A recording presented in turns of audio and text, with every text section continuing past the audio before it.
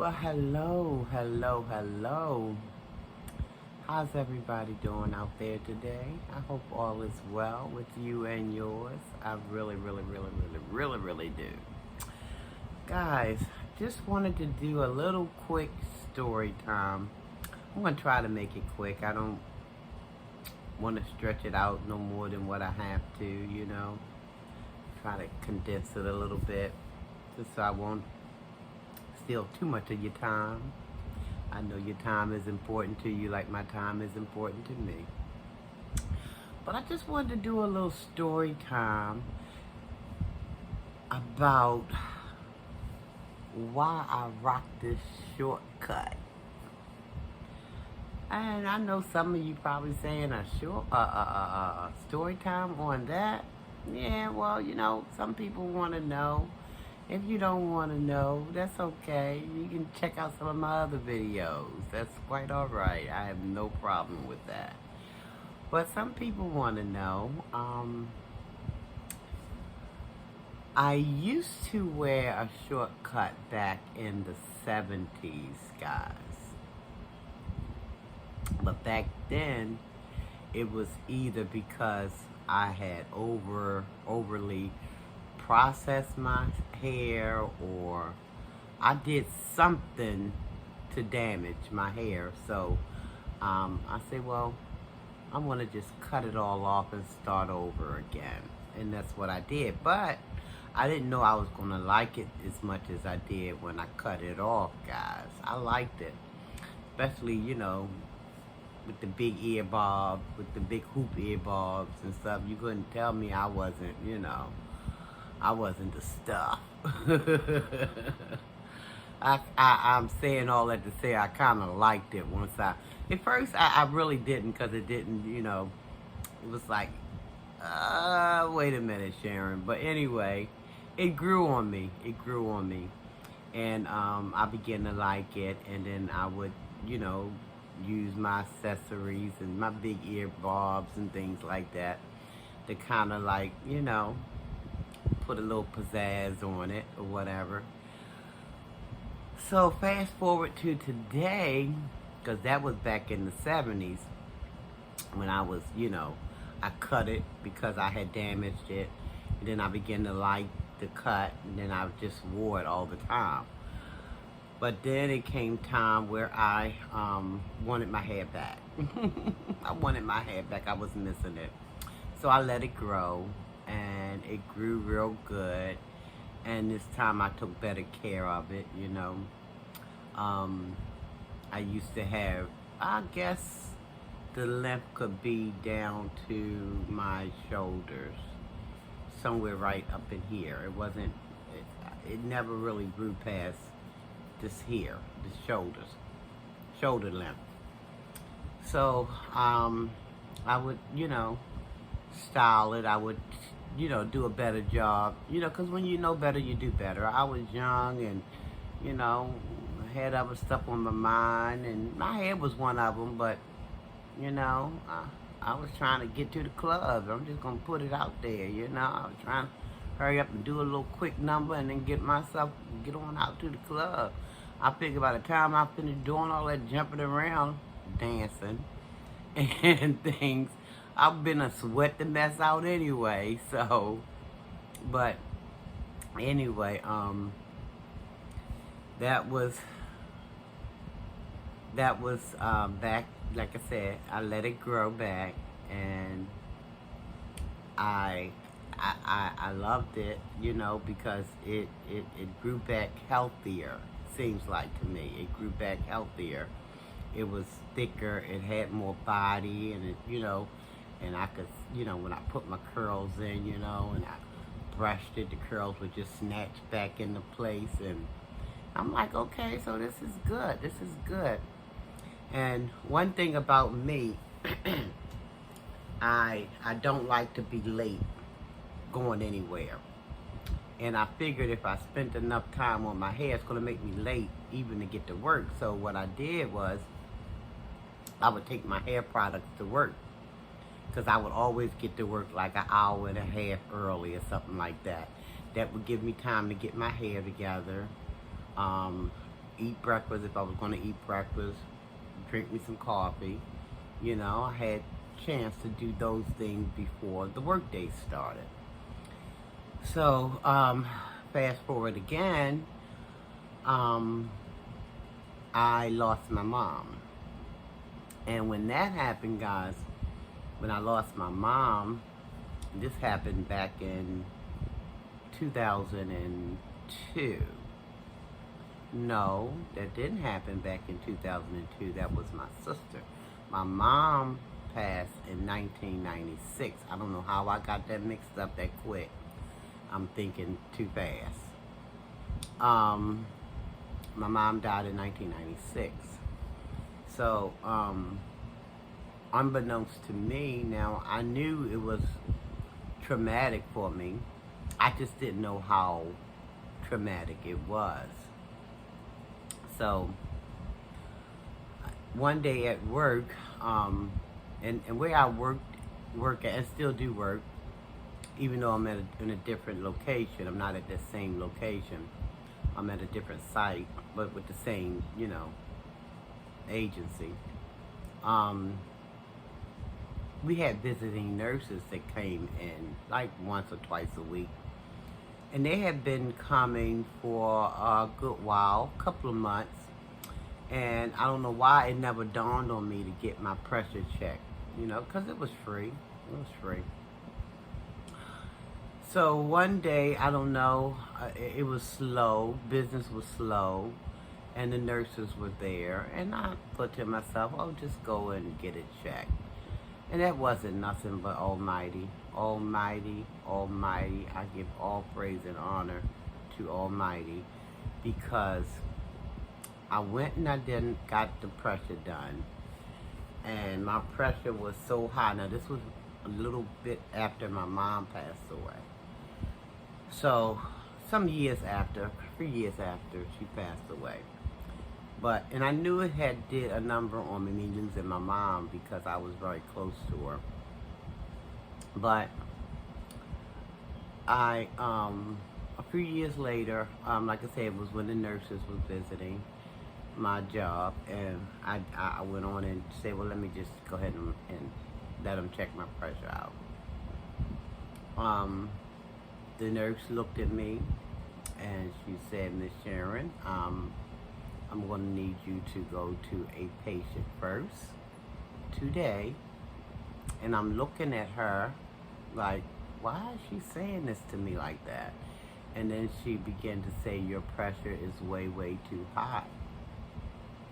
Again, I knew my mom's death had bothered me, but I didn't know to what extent. I didn't know to what extent, because I was a lot less heavy than I am now. I was a lot less heavy. I didn't weigh the weight that, so it wasn't really that my weight was playing a factor. I just contributed to, I was still in grieving mode for my mom. And that was causing me, my pressure to spike, to go up.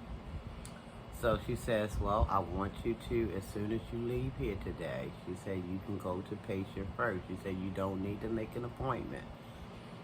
So I went to patient first out in Baltimore County.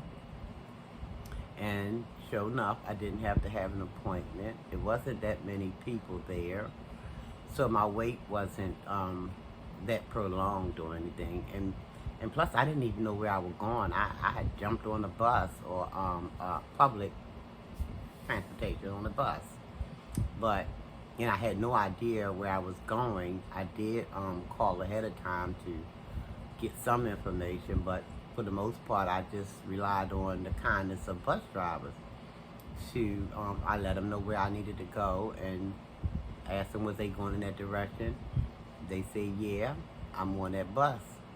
I made it out to patient first that very day because my pressure was high, guys. It was 200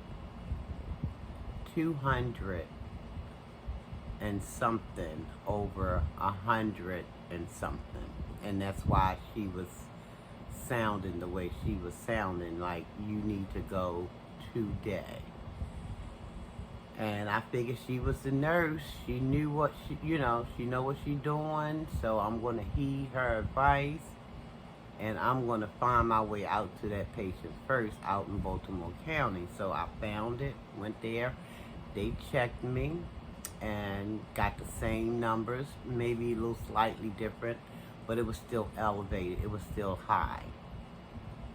So they put me, patient first put me on these little peach pills. Now the name of them, Lord, it's got about 150 letters in the name. I'm gonna try to pronounce it if I can. I'm just giving you the abbreviation for it. It's called hydrochlorothiazide, something like that. You can call it also HCTZ for short. So that's what I've been on ever since, and it's been a while now, but that's why I got to do something with this weight, because if I can get some control of this weight, because the pills is doing what it's meant to do, but I'm sure that this weight is not, helping things out. So I'm gonna have to do, eat right, watch what I eat, and stress less, because that's the very thing that took my mom waiting here, was a bunch of stress. So I advise anybody, if you got any stress, try your best, do whatever you got to do to get rid of it. Get rid of it, because it'll kill you. And I don't mean to be blunt, but that's that's the fact of the matter. It'll kill you. So do whatever you got to do to, get rid of that stress out of your life, It's not good for you, going through this, that, the third, and this, that, and the third, and nothing ever seemed to be letting up and everything. But like I said, I wasn't going through a whole lot, really.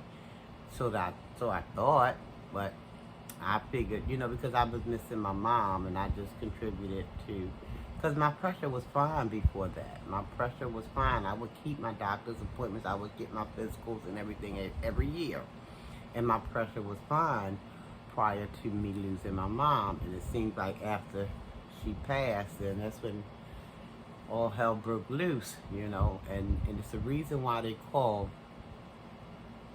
high blood pressure the silent killer, because guys, I hadn't had a clue. I didn't have a clue that I had high blood pressure. So, and I know I'm talking about my hair, but I'm trying to give you a little backstory and leading up to the hair. Anyway, you just get rid of that pressure, get rid of it. That stress, I meant to say, stress. Just do whatever you got to do to get rid of it. So I'm taking the medicines as prescribed, 1 tablet a day, 1 pill a day. Unbeknownst to me, one of the side effects was thinning out the hair.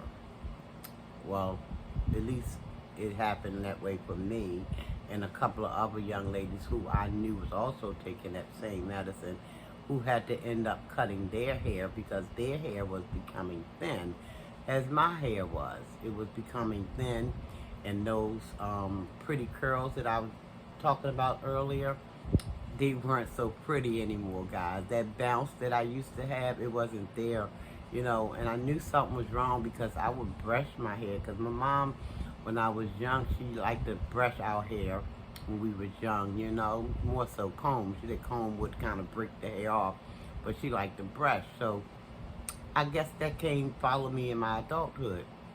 So I would brush my hair. And Lord, I had never experienced brushing my hair and then looking at the brush and a whole bunch of hair in the brush. I'm like, what kind of mess is this? What is going on here? So when my hair became unmanageable because it wouldn't hold any more curls, the bounce was gone, body was gone, everything was gone, I'm like, okay, now what am I going to do? Because, I can't, because like I said, I put everything to work with me just to save on time. I had my comb, my brush, my curling irons, my gels, my whatever I was going to use, whatever kind of product I was going to use in my hair, I brought it to work. So because one of my things is, I don't like going places late. I don't like to be the center of attention. People looking at you because you're coming somewhere late, and then you know they somewhere back whispering and talking, and I don't like none of that. So I don't like to be late. That's why I will bring my hair product to work early and do my hair. But like I said, I would brush my hair. All this hair would be in the brush. I'm like, this ain't right. And come to find out it was a side effect.